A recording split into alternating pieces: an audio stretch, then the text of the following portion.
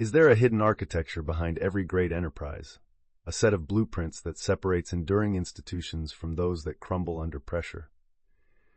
The truth is that most enterprises fail not from a lack of effort, but from a lack of clarity. They are busy but not productive, active but not effective. They operate in a fog of assumptions, chasing fleeting opportunities without a compass to guide them toward a definitive goal. This volume is not a collection of abstract theories. It is a tactical playbook. Within these pages lies a robust framework for strategic execution, a doctrine for engineering a business that is built not just to compete, but to win. We will dismantle the architecture of effectiveness, revealing the principles required to achieve scalable growth, peak profitability, and enduring industry leadership. This is the path to engineering your decisive competitive edge. The Drucker Doctrine, 5 Principles for Engineering an Effective Business, written and published by Success Attraction Formula. Chapter 1. The Mindset for Effective Execution. Imagine 2 architects standing before an empty plot of land. Both are given the same budget, the same materials, and the same deadline to construct a towering skyscraper. The first architect, driven by a flurry of anxious energy, immediately begins directing workers, ordering materials, and laying foundations. He is a whirlwind of activity, constantly solving problems as they arise, a master of improvisation. He is the first to arrive on site and the last to leave, his entire being consumed by the frantic pace of construction. The second architect does nothing of the sort. He spends his initial days in quiet contemplation, not with a hammer, but with a blueprint. He visualizes the final structure, engineers its systems for stability and efficiency, and defines the precise function of every floor before a single shovelful of dirt is moved. Which of these 2 is more likely to build an enduring landmark, and which is more likely to build a monument to chaos? The world of business is filled with the first type of architect, the reactive manager who mistakes activity for achievement. They are firefighters, constantly battling the urgent blaze of the day while the structural integrity of their enterprise slowly weakens. They are caught in a cycle of being busy but not effective, their days consumed by tasks that feel productive but contribute little to long-term goals. This is the core problem that paralyzes so many organizations, a deep and fundamental confusion between effort and results. This busyness trap creates a culture of perpetual crisis. Teams lurch from one priority to another, driven by the loudest voice or the most immediate problem. Burnout becomes a badge of honor, and exhaustion is mistaken for dedication. In this environment, strategic thinking is impossible. There is simply no time. The organization's energy is entirely consumed by maintaining the chaotic present, with nothing left to invest in building a deliberate future. The psychological toll is immense, breeding cynicism and disengagement as people realize their heroic efforts are not moving the enterprise forward, but merely keeping it from collapsing today. The transformative solution is to consciously adopt the mindset of the effective executive, a perspective that sees the business not as a series of disconnected tasks and emergencies, but as a single, integrated system designed for a specific purpose. This is not about working harder. It is about applying your energy with intelligence and precision. It is about shifting your focus from the frantic motion of doing things to the profound clarity of getting the right things done. This mindset is the blueprint that precedes all action. It is an internal operating system that governs how you think, how you prioritize, and how you lead. Adopting this perspective liberates you from the tyranny of the urgent, allowing you to focus on the truly important. It provides the mental framework to build a business that is resilient, scalable, and purposefully directed toward market leadership. This is not a talent one is born with. It is a discipline that is learned. It requires a conscious and sustained effort to view the organization from a higher vantage point. The architect with the blueprint works less frantically because his initial thinking has already solved 1,000 future problems. He has engineered a system for success, while the other is merely managing a process of construction. The effective executive does the same, engineering an enterprise for predictable, sustainable results. This mindset is the ultimate antidote to organizational chaos. It replaces reactivity with intentionality. and frantic effort with focused impact. It is the understanding that the leader's primary job is not to do the work, but to ensure the right work gets done. To cultivate this mindset, one must first embrace the principle of contribution. This goes far beyond simply completing a job description. It is a commitment to taking full responsibility for the results of the entire organization. You must consistently ask yourself not, "What tasks must I complete today?" but rather, "What is the most significant contribution I can make to the performance and results of this enterprise?" This single question is a powerful tool for focus. It shifts your perspective from your own effort to the needs of the whole system. It forces you to look up from your desk, beyond your own team and department, and see the larger picture. For a CEO, the greatest contribution might not be attending internal meetings, but securing a strategic partnership that opens a new market. For a marketing manager, it might not be launching another social media campaign, but identifying a flaw in the customer onboarding process that is causing high churn. For a software engineer, it might not be closing 5 small bug tickets, but developing a new tool that saves every other engineer an hour of work each day. In each case, the focus is on leverage and impact. It requires the intellectual honesty to analyze your own work through the cold, clear lens of results. You must have the courage to abandon activities that consume time but create little value, no matter how comfortable or familiar they may be. This is a practice of ruthless prioritization, a discipline of saying no to the good so you have the capacity to pursue the best. A second, equally powerful practice is to build on strengths. The reactive leader is often obsessed with fixing weaknesses. They spend a disproportionate amount of time on damage control, on managing poor performers, and trying to make incompetent people mediocre. They create complex processes to prevent errors, rather than creating opportunities for excellence. The effective executive understands that this is a losing battle. They know that true excellence is only ever achieved by identifying, developing, and deploying strength.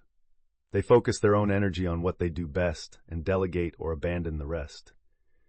They design the organization to leverage the unique talents of its people, creating a system where individual strengths combine to produce extraordinary collective performance. This is the principle behind a world-class orchestra. You do not ask the violin virtuoso to play the drums. You find the best drummer in the world and let them do what they do best. In an organizational context, this means assigning your best strategist to formulate the 5-year plan, not manage the minutiae of the quarterly budget. It means finding the 1 or 2 things your organization can be truly world-class at and focusing the vast majority of your resources there, rather than trying to be average at everything. This demands a deep understanding of your people. It requires you to look beyond job titles and see their actual capabilities. It is a mindset of multiplication, of seeking the highest possible return on human capital. It recognizes that trying to build a great enterprise on a foundation of mended weaknesses is like trying to build a skyscraper on sand. It is far more effective to build on the solid rock of proven strength. Consider a mid-sized manufacturing company. The founder and CEO is a brilliant engineer who loves the factory floor. He spends his days personally troubleshooting machines, tweaking production lines, and redesigning components. He is a classic hero firefighter, celebrated for his ability to solve any technical problem. Yet the business is struggling. Profit margins are thin, and competitors with inferior products are gaining market share. He is so immersed in the operational details, his area of strength and comfort, that he has neglected sales, marketing, and finance. He is the chief architect of the busyness trap. Upon adopting the mindset of effectiveness, he first asks about his contribution. He realizes that his unique contribution as CEO is not to be the best engineer in the company, but to build a company that can thrive without his constant intervention. His job is to set the strategy, build the leadership team, and ensure the company is financially healthy. He then focuses on strengths. He promotes his best production manager to run the factory floor, empowering someone whose strength is in operational management. He acknowledges that he is a poor salesman and hires an experienced vice president of sales, someone whose strength is building relationships and closing deals. He has stopped being the hero and started being the architect. His actions are no longer about completing tasks, they are about building a system and a team. The result is transformative. With an expert leading sales, revenue grows. With a dedicated manager on the factory floor, efficiency improves. The CEO, now freed from the daily fires, can focus on strategic partnerships and long-term product innovation, the areas where he can truly make his greatest contribution. The business begins to grow in a stable, predictable way because it is now a system designed for success, not a chaotic entity dependent on one person's heroic efforts. A powerful mindset is the engine of your enterprise, but an engine without a destination simply burns fuel. It needs a guiding star, a singular point on the horizon that pulls every action and every decision into alignment. What is the one question you must answer before any strategy can be created, before any plan can be laid? In our next chapter, we will confront the foundational principle that separates purposeful, enduring enterprises from those that are lost in the fog. We will learn to answer the first and most critical question an effective executive must ask: what is our mission? Remember to subscribe to Success Attraction Formula, give this video a like, and comment with your personal opinions or suggestions for channel development. Chapter 2, Principle 1. What is our mission? Imagine you have been tasked with building the most magnificent ship the world has ever seen. You are given an unlimited budget, access to the finest timber and steel, and the most skilled engineers and craftsmen of the age. Your team works tirelessly, constructing a vessel of unparalleled strength and beauty. The sails are vast and powerful, the hull is flawless, and the navigation equipment is state-of-the-art. Finally, the great ship is complete. A masterpiece of human ingenuity. It is pushed into the sea, its crew ready and able. But there is one fundamental problem: it has no destination. The captain has not been given a map, a port of call, or a purpose for the journey. The ship, for all its power and potential, simply drifts. It is a monument to wasted effort, a powerful machine with no function. This is the precise condition of a vast number of businesses operating today. They are marvels of operational activity, filled with talented people and significant resources, but they lack a clear, compelling, and operational mission. They drift in the competitive waters, reacting to the winds of the market, but never steering a deliberate course toward a predetermined harbor. The common problem is that most mission statements are little more than corporate platitudes. They are vague, feel-good slogans like "to be the industry leader" or "to create value for our stakeholders" that are displayed in the lobby but are utterly useless in the boardroom. They are so generic that they could apply to any company, and therefore they provide no guidance to anyone. This lack of a true mission creates devastating consequences. Departments work at cross purposes, each pursuing its own goals, inadvertently sabotaging one another. Employees become disengaged, unable to connect their daily work to a larger purpose. The most talented people leave, seeking organizations where they can make a meaningful contribution. The business suffers from strategic drift, chasing short-term trends and shiny objects because there is no anchor to hold it steady. Without a mission, there can be no strategy, only tactics. There can be no alignment, only activity. The solution is to forge a mission that is not a slogan, but a declaration of intent. It is to understand that a true mission statement is a tool for strategic decision-making. The transformative path is to move from a vague aspiration to an operational directive that defines what the business is, who it serves, and what makes it unique. Peter Drucker, the father of modern management, taught that the mission is the foundation of strategy. Its purpose is not to make you feel good. Its purpose is to make you effective. A powerful mission provides the ultimate filter for all of your activities. It gives you the clarity to say no to opportunities that, while tempting, would divert the organization from its core purpose.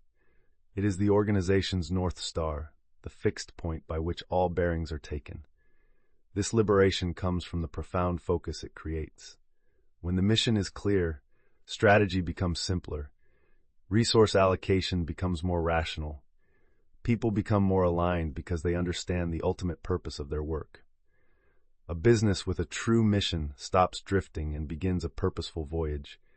It no longer asks, "What can we do?" but instead asks, what must we do to accomplish our mission? This is the shift from an opportunity-driven enterprise to a purpose-driven one. Working within such an organization feels entirely different. There is a palpable sense of energy and alignment.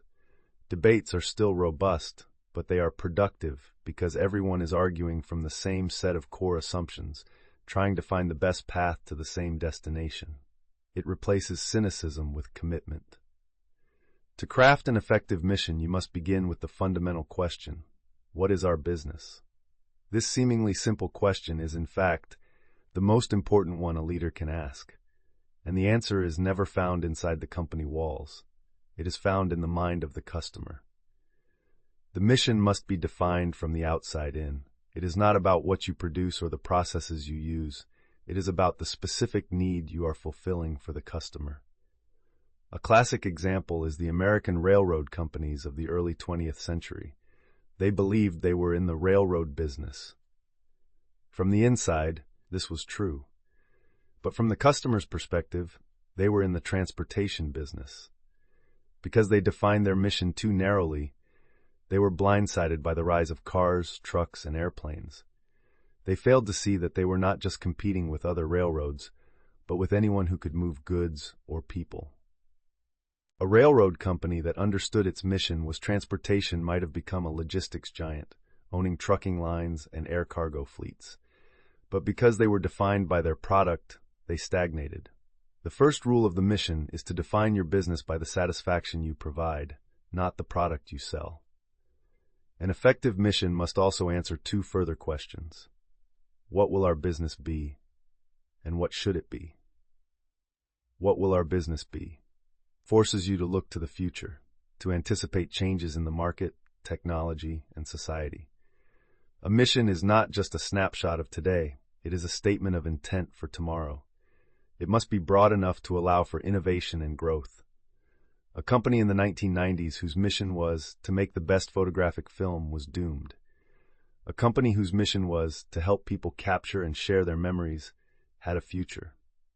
That mission allows for a transition from film to digital cameras, and from digital cameras to photo sharing software. The mission endures even as the products change.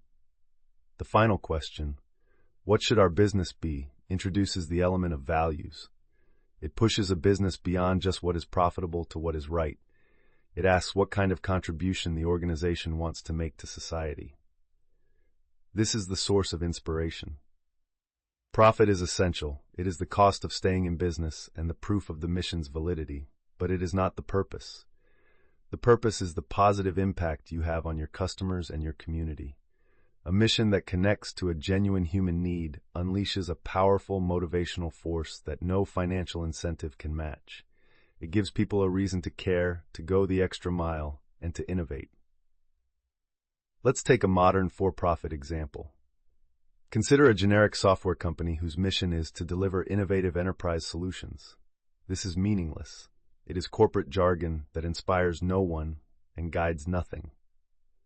Now consider a company like Atlassian, whose mission is to unleash the potential of every team.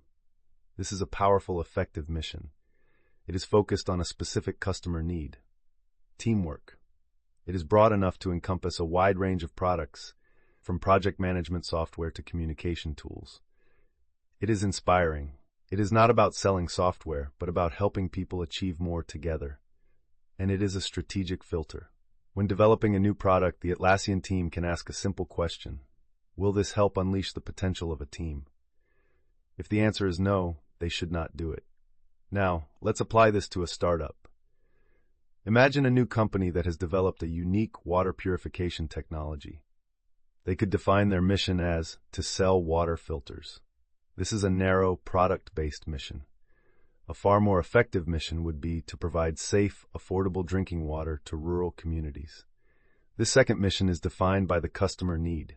It is inspiring and provides clear strategic direction. It immediately suggests that the business model cannot be based on high-priced consumer gadgets, but must focus on affordability and distribution in remote areas.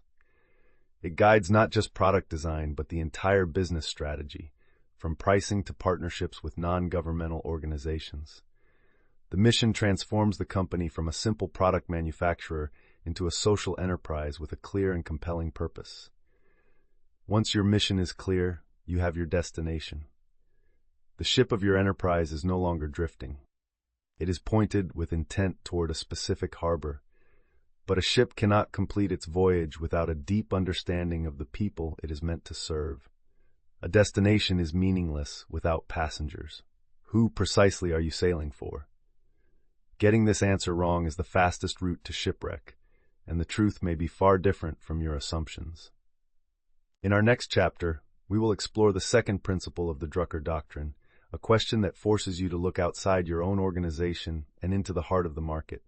Who is our customer? Remember to subscribe to Success Attraction Formula, give this video a like, and comment with your personal opinions or suggestions for channel development. Chapter 3, Principle 2, Who is our customer? Every business leader confidently believes they know who their customer is. They have demographic charts, market segments, and detailed buyer personas. Yet, what if the person you think you are serving is not your true customer at all? What if the real decision maker, the one whose satisfaction is paramount to your success, is someone you have been completely ignoring? This is not a hypothetical question. It is the hidden rock upon which countless strategies have been shattered. Businesses often fail not because their product is poor or their mission is unclear, but because they have fundamentally misidentified their primary customer. They try to be all things to all people, and in doing so, they satisfy no one. This fundamental confusion manifests in many ways. It creates marketing campaigns that speak to one audience, while the purchasing power lies with another, resulting in abysmal returns on investment. It leads product development teams to build features for the end user, only to find that the person who controls the budget does not value them. It forces sales teams into confusing and contradictory conversations as they try to appease multiple stakeholders with conflicting needs. The organization is pulled in a dozen different directions at once. The engineering department receives demands from the support team, who listen to end users. The marketing department targets a demographic profile they believe is ideal. The sales team caters to the procurement officer who signs the check. Without a single, recognized primary customer, the company is in a state of internal conflict, a house divided against itself. This is the default state of inefficiency, a guaranteed path to mediocrity. The transformative solution is to define your primary customer with ruthless, compromising clarity. This is not an exercise in market segmentation. It is an act of strategic choice. The Drucker Doctrine teaches that for every business, there is a primary customer whose satisfaction is the absolute prerequisite for achieving its results. All other customers are secondary. This principle liberates you from the chaos of trying to please everyone. It is an act of profound focus. It requires the courage to say that, while many people may interact with your product or service, you are designing your business to win the loyalty of one specific group. This choice to elevate one customer above all others is the most potent act of strategic simplification a leader can make. It brings coherence to all of the company's activities. When you know with certainty who your primary customer is, decisions that were once complex and contentious become simple and obvious. Product development is no longer about a long list of potential features. It is about a short list of features that will delight the primary customer. Marketing is no longer about casting a wide net. It is about crafting a precise message that speaks directly to the primary customer's deepest needs and values. Every element of the business, from the supply chain to the user interface to the customer service script, can be aligned toward a single purpose: satisfying the one who matters most.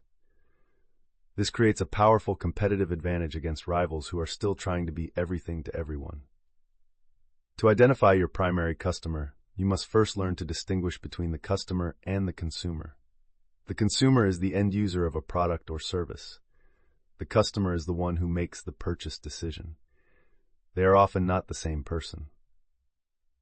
For a company that makes breakfast cereal, the consumer is the child who eats it.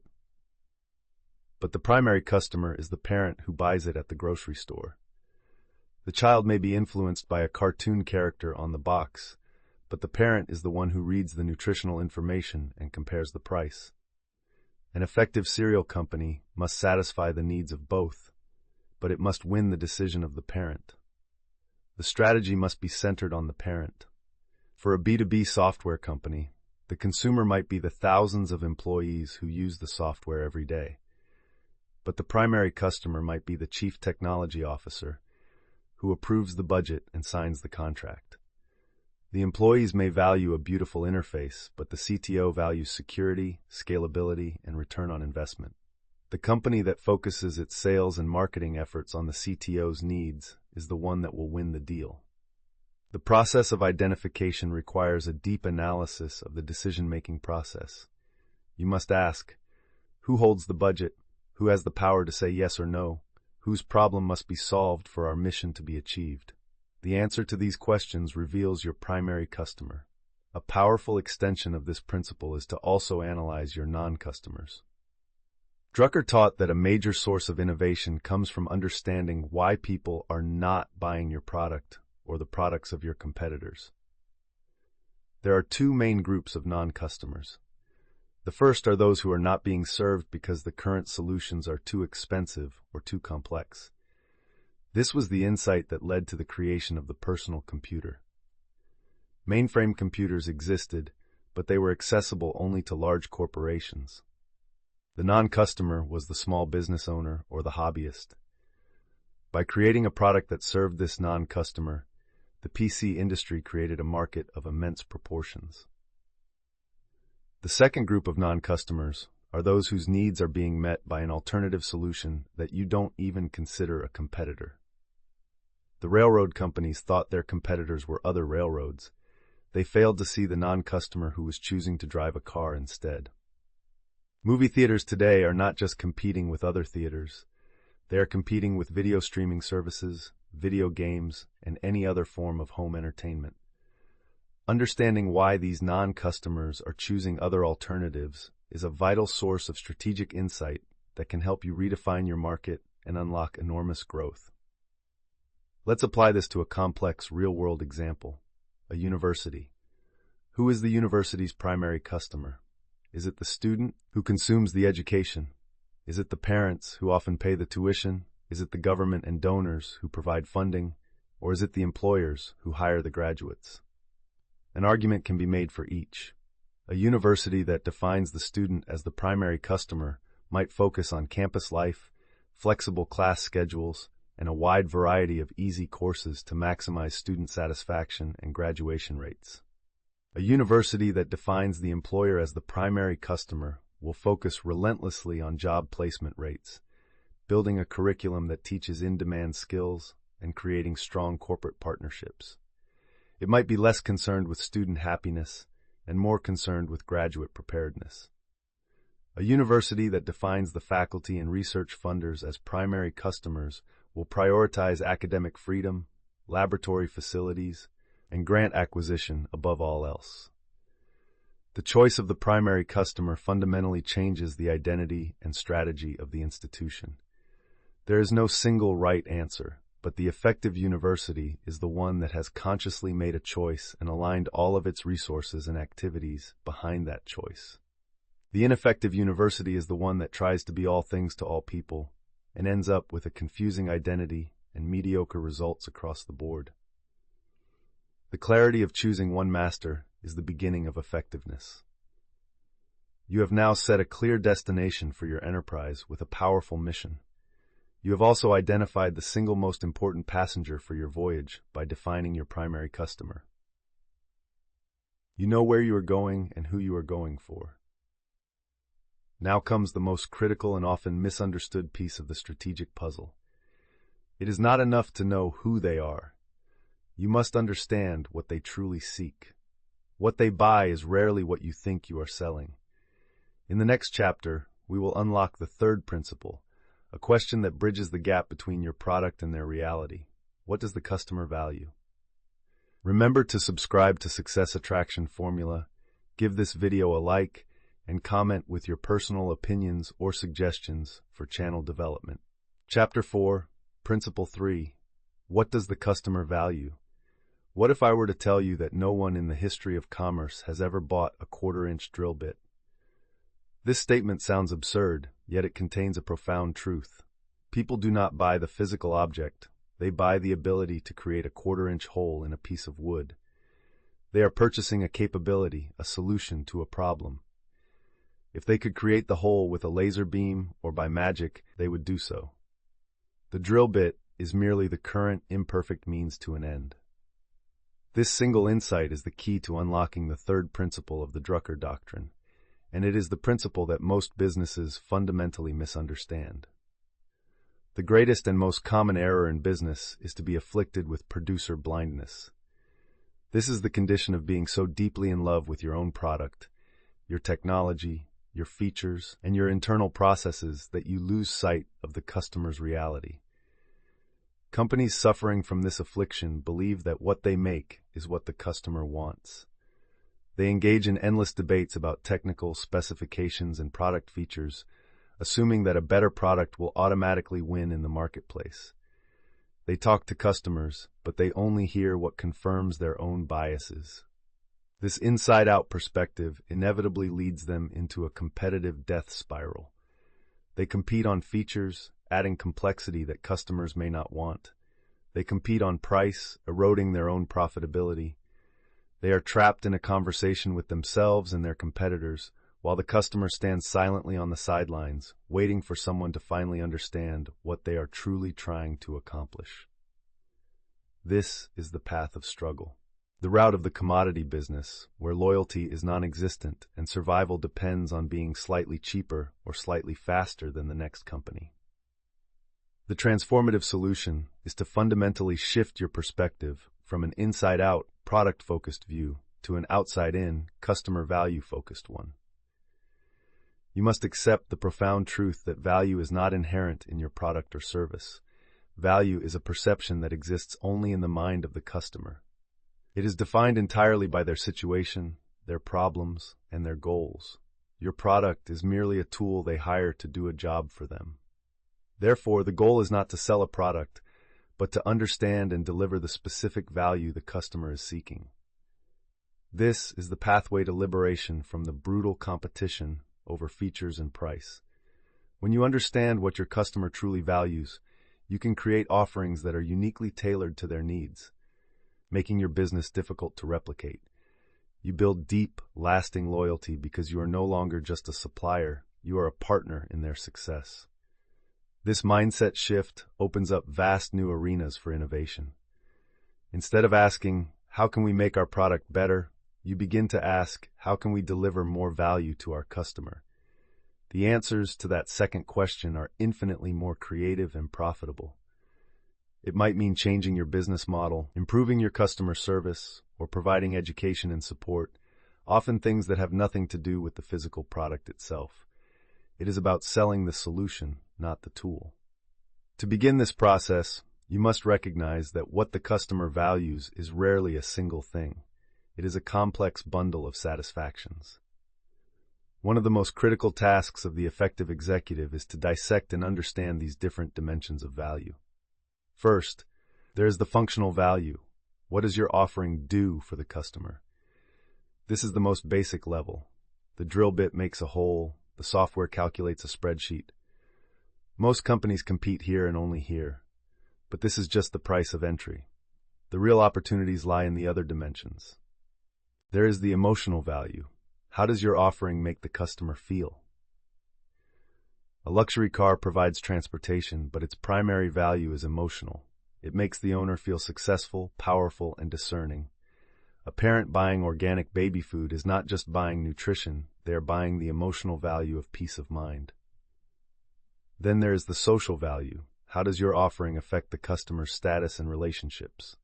Driving an electric car can be a social signal about one's commitment to the environment. Using a particular brand of software can signal that one is part of an innovative, forward-thinking professional community. Finally, and most critically, there is the economic value. What is the total economic impact of your offering on the customer? This goes far beyond the purchase price. It includes time saved, productivity gained, risks avoided, and opportunities created.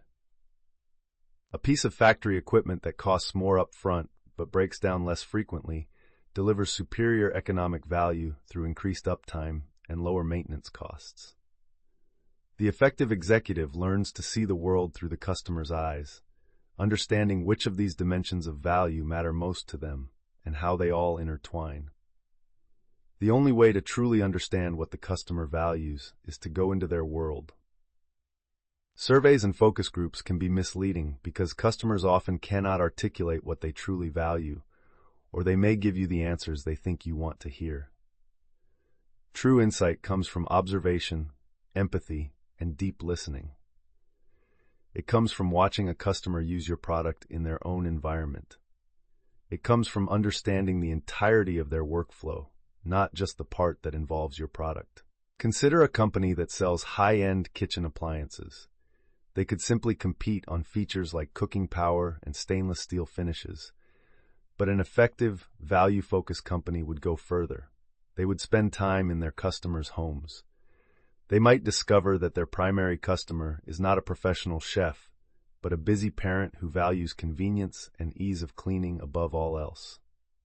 They might learn that the parent's biggest frustration is not cooking the food, but planning the meals for the week. This single insight is a goldmine. The company could then innovate by creating an accompanying app that provides weekly meal plans and generates grocery lists. They could design ovens with self-cleaning features that are truly effortless. They could offer cooking classes focused on quick, healthy family meals. None of these innovations are about the core product's technical specifications, yet they deliver immense value to the parent. The company is no longer selling a stove. They are selling the feeling of being an organized, successful parent who can provide a healthy meal for their family, even on a busy weeknight. They have made themselves indispensable by understanding and delivering on the customer's true definition of value. This is how you build a powerful, defensible market position. You have a mission, you know your customer, and now you understand what they truly value. You have the core components of a powerful strategy. But strategy without measurement is just a dream. How do you know if your assumptions are correct?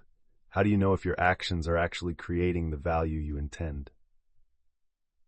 The world is littered with businesses that had brilliant strategies but failed because they were not paying attention to reality. In our next chapter, we will confront the principle of intellectual honesty. We will learn to ask the question that separates fact from fiction and ensures the enterprise stays grounded in reality. What are our results? Remember to subscribe to Success Attraction Formula. Give this video a like and comment with your personal opinions or suggestions for channel development. Chapter 5, Principle 4, What are our results? Imagine you are the captain of a magnificent ocean liner on a transatlantic voyage. You have a clear destination, a detailed map of the route, and a deep understanding of your passengers' needs. However, your entire navigation bridge is dark. The GPS is off, the compass is broken, and the speedometer is blank. You are sailing completely blind. How would you know if you were on course? How would you know your actual speed? How would you know if you were heading toward a storm or drifting into dangerous waters? You would be forced to rely on guesswork, instinct, and hope, a terrifying proposition in the middle of a vast ocean. This is precisely how a shocking number of businesses operate every single day. They have missions and strategies, but they lack the clear, honest, and relevant feedback systems needed to know if they are succeeding or failing. This is the problem of inadequate measurement. Many businesses fall into one of two traps. The first is measuring nothing at all, operating on pure anecdote and the gut feeling of the leader. Decisions are made based on personal opinion and outdated assumptions, with no connection to reality. The second trap is even more insidious, measuring the wrong things. They become obsessed with vanity metrics, numbers that look impressive on the surface, but signify nothing about the underlying health of the business.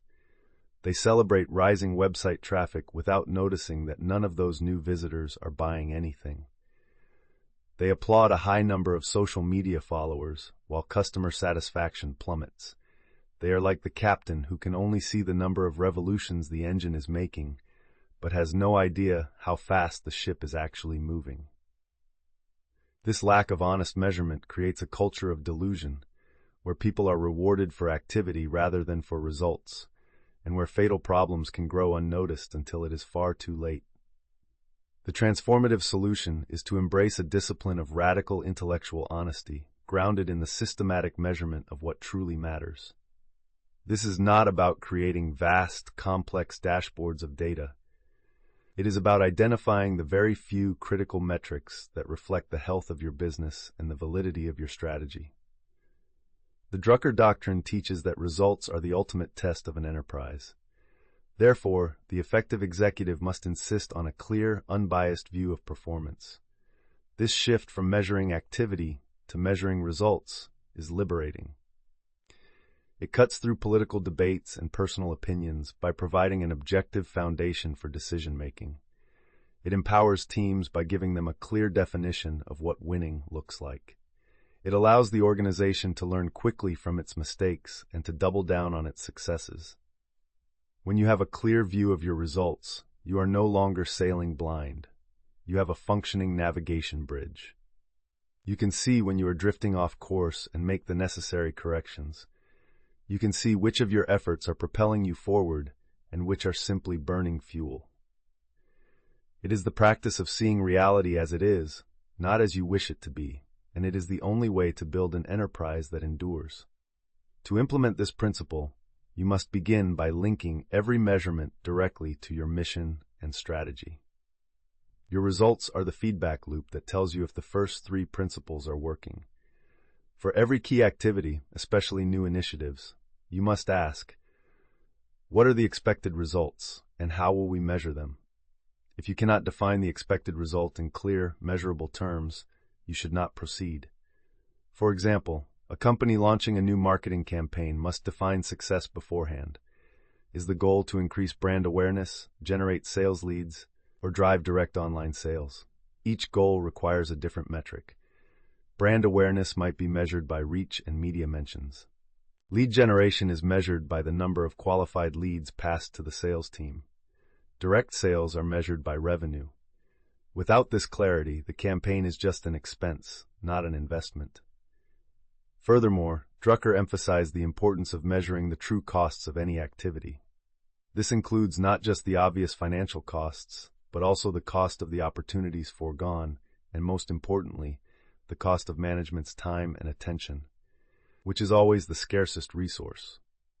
An old product line might still be profitable on paper, but if it consumes a huge amount of management time that could be better spent on a new, high-growth product, its true result is negative.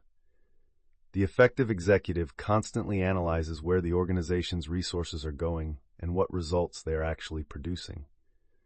A core practice in measuring results is the discipline of systematic abandonment. An effective organization cannot be built by only adding new things. It must also have a process for stopping things that are no longer working or are no longer a priority. You must regularly put every product, service, and major activity on trial for its life. You must ask, if we were not already doing this, would we, knowing what we know now, launch into it today? If the answer is no, the next question is, so what are we going to do about it? This requires immense courage, as it often means shutting down pet projects or admitting that a past decision was wrong. However, this discipline is what keeps an organization lean, focused, and agile. It frees up resources, money, people, and attention that are trapped in the unproductive past and redeploys them to the promising future. This is what distinguishes a healthy, evolving organism from a cluttered, bureaucratic institution. Consider a retail company that has both physical stores and a growing online business. A common vanity metric is total revenue. But the effective executive digs deeper. They analyze the results of each channel independently. They might discover that while the physical stores account for 60% of the revenue, they only account for 10% of the profit and consume 80% of the management's time, with issues like leases, inventory, and staffing. The online store, by contrast, is highly profitable and scalable. Armed with this clear view of the results, the executive can make a courageous, data-driven decision. Begin systematically closing the underperforming physical stores and reinvesting those resources to accelerate the growth of the far more profitable online channel. Without an honest look at the results, they would have continued to pour good money after bad, propping up a failing part of the business at the expense of the successful part. You now have a mission, an understanding of your customer and their values, and a commitment to measuring your results with intellectual honesty. You have all the critical inputs for a sound strategy, but these pieces do not assemble themselves. Intentions, no matter how brilliant, are useless until they are converted into concrete action. How do you transform this strategic understanding into a focused, day-to-day reality? How do you ensure that every person in the organization is working in concert to achieve your goals? In our final main chapter, we will explore the fifth and final principle of the Drucker Doctrine. We will learn how to build the engine that drives the enterprise forward by answering the question, what is our plan? Remember to subscribe to Success Attraction Formula. Give this video a like and comment with your personal opinions or suggestions for channel development. Chapter 6, Principle 5, What is our plan? A map is not the territory it represents, but a good map is essential for any journey. It allows you to see the path ahead, anticipate obstacles, and measure your progress. Without it, you are simply wandering. What, then, is the map for your business? How do you translate the foundational principles of mission, customer, value, and results into a coherent guide for action? This is the role of the plan, the fifth and final principle of the Drucker Doctrine.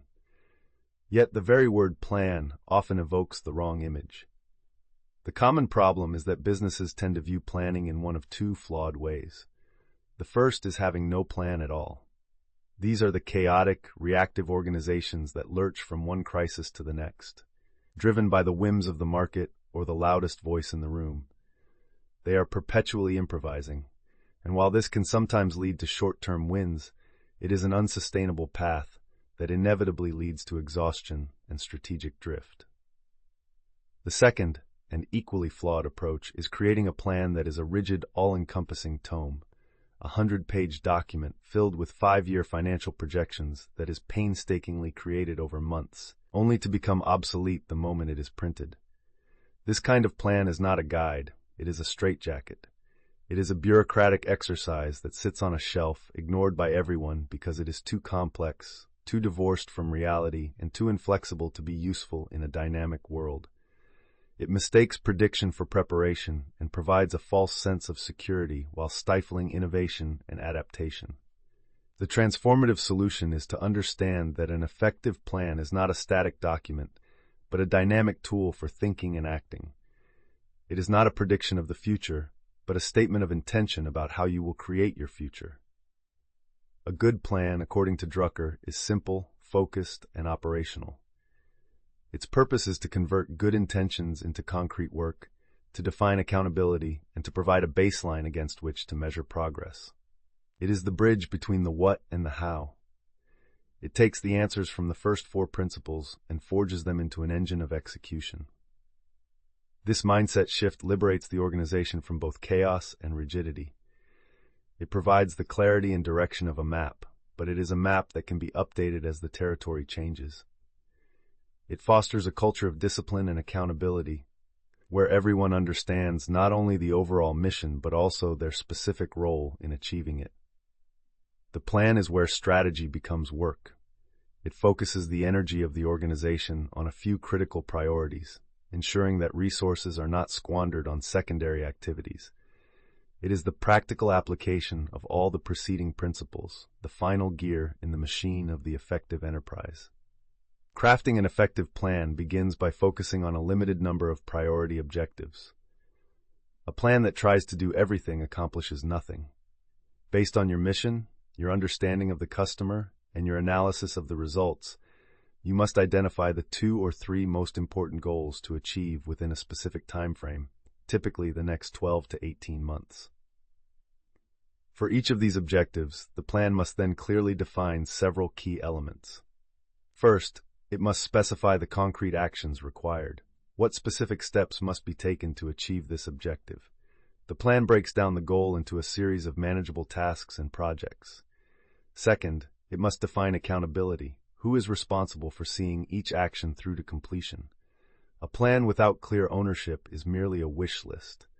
Assigning a single name to each major action creates a powerful sense of responsibility. Third, it must address resource allocation. What people, money, and management attention are required to execute the plan? A plan without allocated resources is a fantasy. The planning process forces an honest conversation about trade-offs and ensures that your priorities are actually supported by the necessary resources. Finally, the plan must include a timeline with clear deadlines and milestones. This creates a sense of urgency and provides specific points at which to review progress. A crucial and often overlooked component of an effective plan is the systematic practice of abandonment.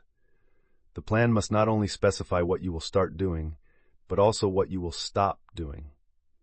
As you allocate resources to new priorities, you must consciously decide which existing products, services, or activities will be defunded or discontinued.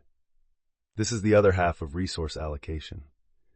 Without this discipline, organizations become bloated and unfocused, constantly adding new initiatives without ever pruning the old ones.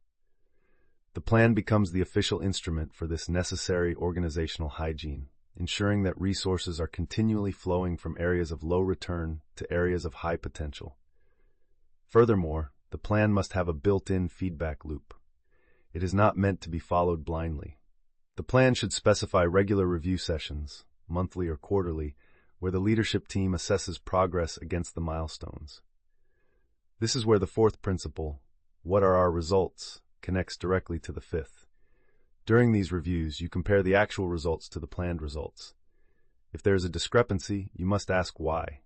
Did the underlying assumptions change? Was the execution flawed? Is the plan itself no longer valid? This process allows the organization to learn and adapt. The plan is not set in stone. It is a living hypothesis that is constantly being tested against the harsh reality of the marketplace. Consider a company whose mission is to become the leading provider of project management software for small creative agencies. Their analysis has shown that their primary customer values simplicity and visual design, and their results indicate that their current product is too complex. Their plan for the next 12 months might have one primary objective: launch a new simplified version of our product tailored to the creative agency market. A bad plan would stop there. An effective plan would break it down. Actions. The engineering team will develop the new version, focusing on 3 key features identified in customer research. The marketing team will create a launch campaign targeting design blogs and creative industry publications. Accountability. The head of product is accountable for the overall project. The lead engineer is accountable for the development timeline. The marketing director is accountable for the launch campaign. Resources. The project is allocated a budget of $500,000 and the full-time attention of a dedicated 6-person team. Abandonment. To free up resources, the company will officially stop supporting and selling its older, more complex enterprise product. Timeline. Beta version to be ready in 6 months for testing with a select group of agencies. Public launch in 10 months. Feedback loop. The project team will meet weekly to review progress, and the senior leadership will review the project status against the plan on a monthly basis. This plan is simple, clear, and actionable. It connects every activity back to the core strategy and creates a powerful system for execution. This is the culmination of the Drucker Doctrine. It is a continuous, disciplined cycle of thought and action. You begin by defining your purpose and mission. You ground that mission in a deep understanding of your customer and what they truly value. You measure your performance with unflinching honesty, constantly comparing your results to your intentions. And finally, you translate all of this insight into a focused, actionable plan that allocates resources and defines accountability.